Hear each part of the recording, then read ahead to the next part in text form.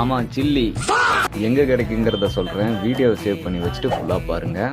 ஆமாம் மக்களே, இது ஸ்ட்ரீட் ஃபுட் சீரீஸோட டே 46 வீடியோ தான் மக்களே. நம்ம உடுமலையில் புது பஸ் ஸ்டாண்ட் நியர்பை அமுத சுரபி ஆப்போசிட் தான் இந்த ஸ்டால் லொக்கேட் ஆகிருக்கு. ஆமாம், சில்லி அதை நாங்கள் ட்ரை பண்ணல. நாங்கள் ட்ரை பண்ணது நண்டு சூப்பு தான். சூப்பில் 2 கையா காலா கொடுக்கான்னு தெரியல. தெரிஞ்சவங்க யாரும் இருந்தால் கமெண்டில் சொல்லுங்கள்.